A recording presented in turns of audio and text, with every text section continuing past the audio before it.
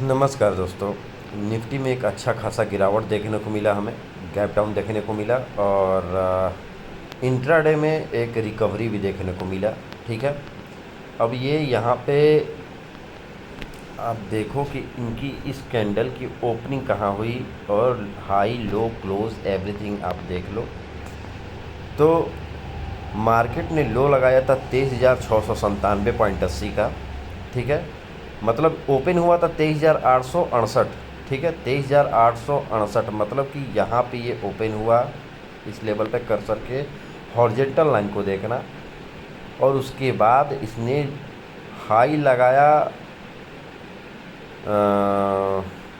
24,078 का, और लो लगाया इसने 23,697 का। क्लोजिंग इसकी हाई से थोड़ी नीचे है।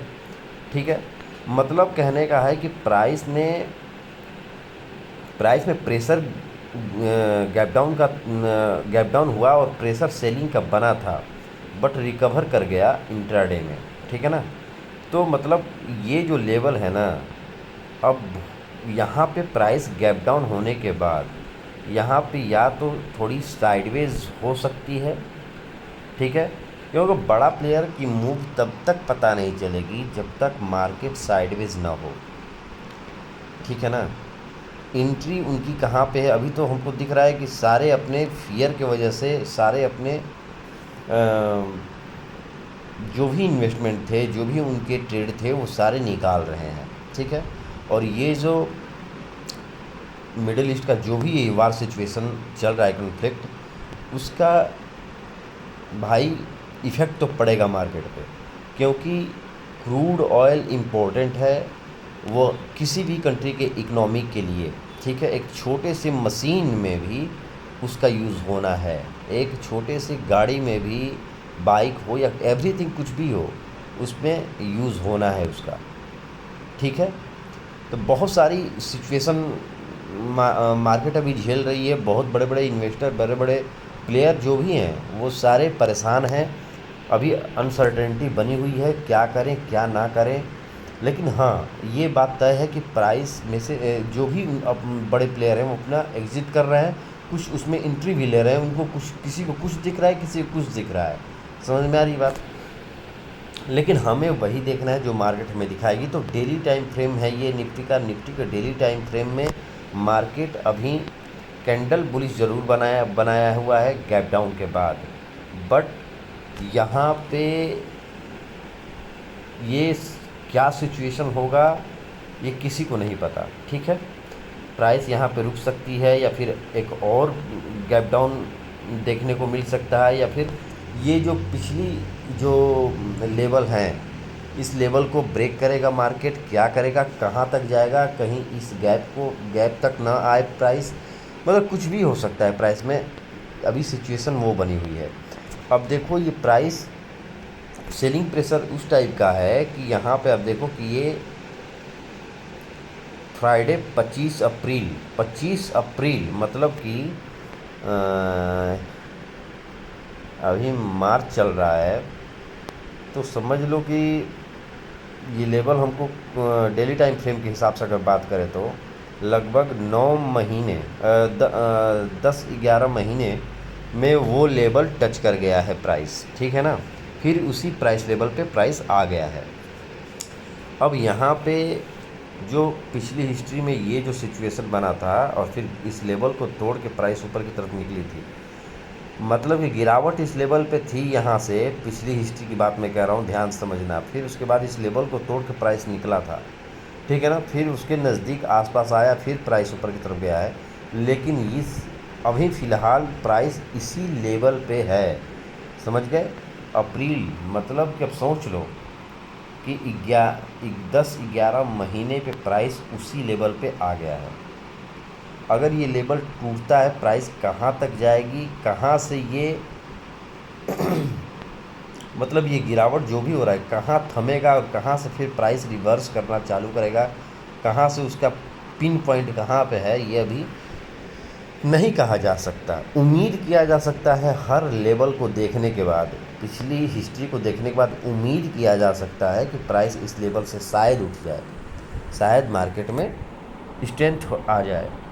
ठीक है, तो अभी कुछ कहा नहीं जा सकता, बशर्ते हम एज अ न्यूट्रल ट्रेडर जब तक प्राइस हमें डेली टाइम फ्रेम में कुछ अच्छा नहीं बताएगी, हम किसी की नहीं सुनेंगे, चाहे मैं हूँ या कोई भी हो बड़ा बड़ा एनालिसिस्ट। हाँ, लेकिन इंट्राडे में 15 मिनट में चलते हैं।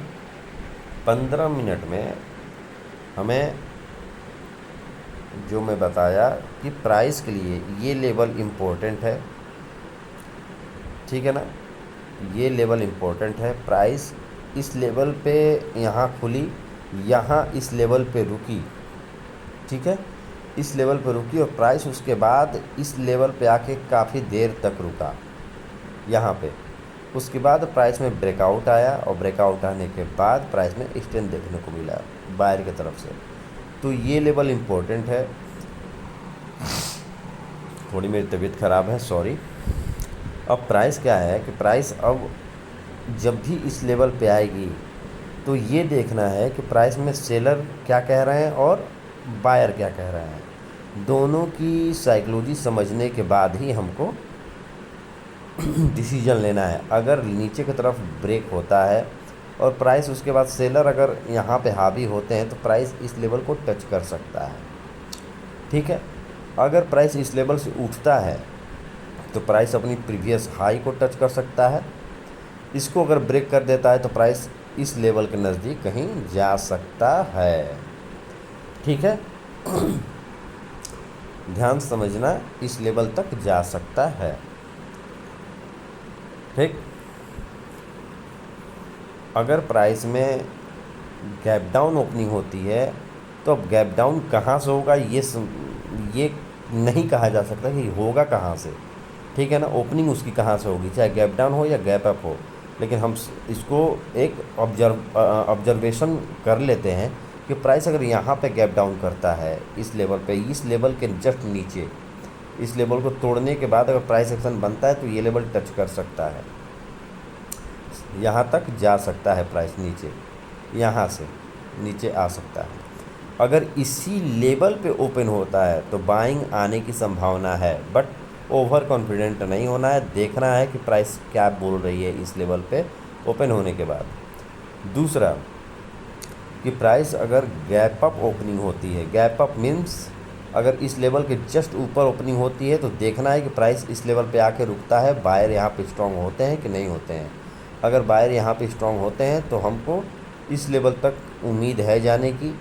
अगर नहीं होते, सेलर हावी हो जाते हैं, इस लेवल को तोड़ के प्राइस इस लेवल पे वापस आ सकती है, प्रीवियस स्विंग पे, ठीक, प्रीवियस डिमांड पे। दूसरा, अगर यहाँ गैप अप ना होके इस लेवल पे कहीं ओपन होता है गैप अप, तो जाहिर सी बात है सेलिंग प्रेशर इस लेवल तक देखने को मिल सकता है।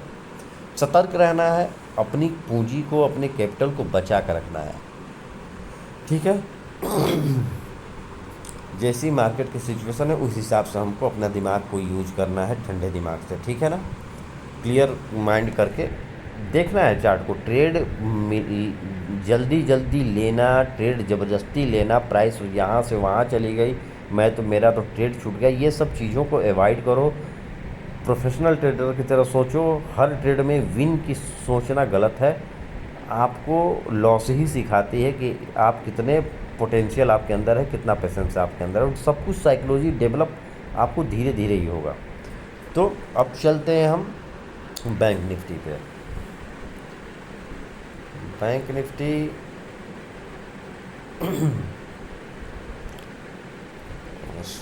ये रही बैंक निफ्टी, इसको मैं क्लियर कर देता हूँ यार। कल ही का एनालिसिस है, थोड़ी मेरी तबीयत भी ख़राब है, आवाज़ थोड़ी भारी भारी सी लग रही होगी आप लोगों को। और ये डेली टाइम फ्रेम है निफ्टी का, बैंक निफ्टी का। देखो, बैंक निफ्टी में गिरावट काफ़ी ख़तरनाक दिख रही है यहाँ पे, और फिर उसके बाद रिकवरी भी देखने को मिली, बट हो सकता है कि प्राइस अभी इस लेवल तक आए, ठीक है, इस स्विंग तक, स्टेबल कहाँ से होगा मार्केट, ये कुछ नहीं कहा जा सकता भाई। हर स्विंग लगता है कि ये स्ट्रॉन्ग डिमांड है, सबको लगता होगा, हमको भी लग रहा है। बट प्राइस जब तक डेली टाइम फ्रेम में कुछ प्राइस एक्शन नहीं बताएगी, वो पिन पॉइंट हमको नहीं पता चलेगा कि प्राइस में बायर कहाँ से स्ट्रॉन्ग हो रहे हैं। अभी तो साफ दिख रहा है कि भाई प्रेशर है सेलर का। ठीक है, तो जस्ट लाइक वही रूल अप्लाई होता है बैंक निफ्टी पे जैसे निफ्टी है। ठीक है, सॉरी 15 मिनट पे 15 मिनट पे देख लेते हैं।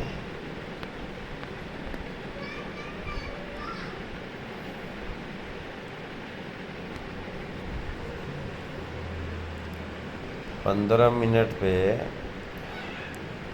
वही सिचुएशन है, ये लेवल इम्पोर्टेंट है, ये जोन की तरह काम करेगा।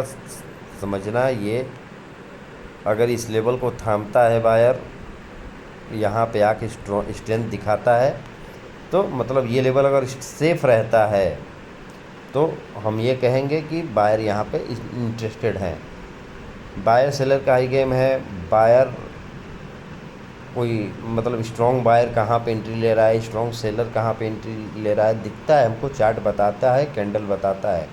धीरे धीरे आप लोगों को भी समझ में आ जाएगा, बशर्ते आप लोग प्रैक्टिस करते रहिए। और ये लेवल मैं कह रहा हूँ कि ये एक लेवल है और एक ये लेवल है, जो नहीं समझो इसको, ठीक है ना।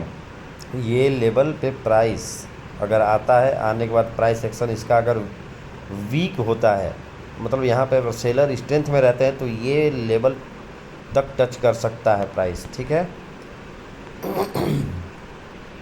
प्राइस इस लेवल तक टच कर सकता है अगर ये ब्रेक होता है, तो ये लेवल।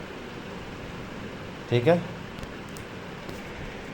प्राइस अगर यहाँ पे आता है, अगर यहाँ पे बायर वीक होते हैं, बायर स्ट्रांग होते हैं, तो प्राइस इस लेवल को टच कर सकता है। अगर यहाँ पे आने के बाद बायर स्ट्रांग में होते हैं, तो प्राइस को इस लेवल को तक जा सकते हैं, इस लेवल को ब्रेक भी करके कहीं इस लेवल के आसपास तक जा सकता है। ये नहीं कहा जा सकता कि प्राइस बीच में कहीं रुक जाएगा। ठीक है, हम उम्मीद यही करते हैं कि प्राइस में यहाँ पे एक और कैंडल रेड पकड़ रहे हैं हम, तो अगर प्राइस यहाँ पे कोई भी अगर सेल किया होगा ना, तो अब 15 मिनट में यहाँ पे एक कैंडल बना हुआ, तो उसका सप्लाई यहाँ इस लेवल के आसपास ही कहीं होगा। तो प्राइस अगर इस यहाँ पे कुछ देर टाइम बिताने के बाद अगर निकलता है, तो प्राइस इस लेवल को टच कर सकता है। अगर प्राइस इस लेवल को ब्रेक करता है, तो प्राइस में सेलिंग प्रेशर हमको देखने को मिल सकती है दोबारा। ठीक है, अगर ये लेवल ब्रेक होता है, तो हमको सेलिंग प्रेशर देखने को मिल सकती है नीचे की तरफ।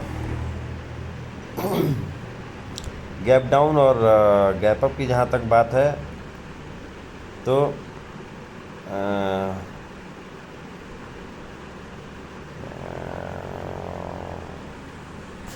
देखो,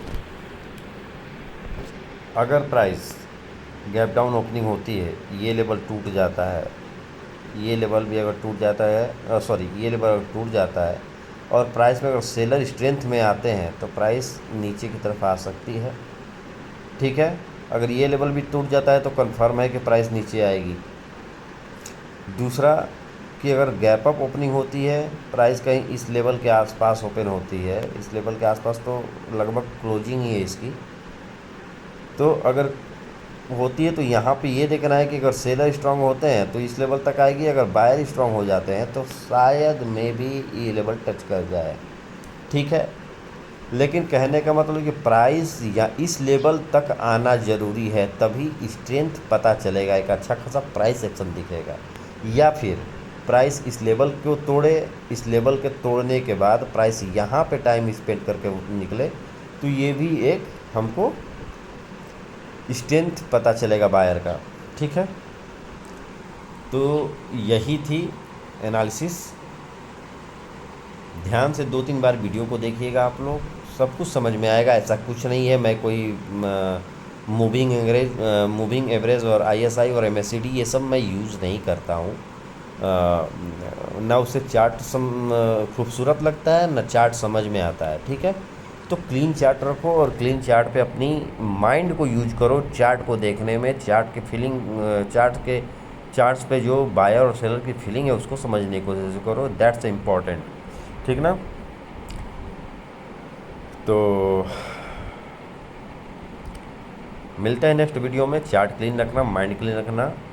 मिलता है नेक्स्ट एनालिसिस वीडियो में। बाय।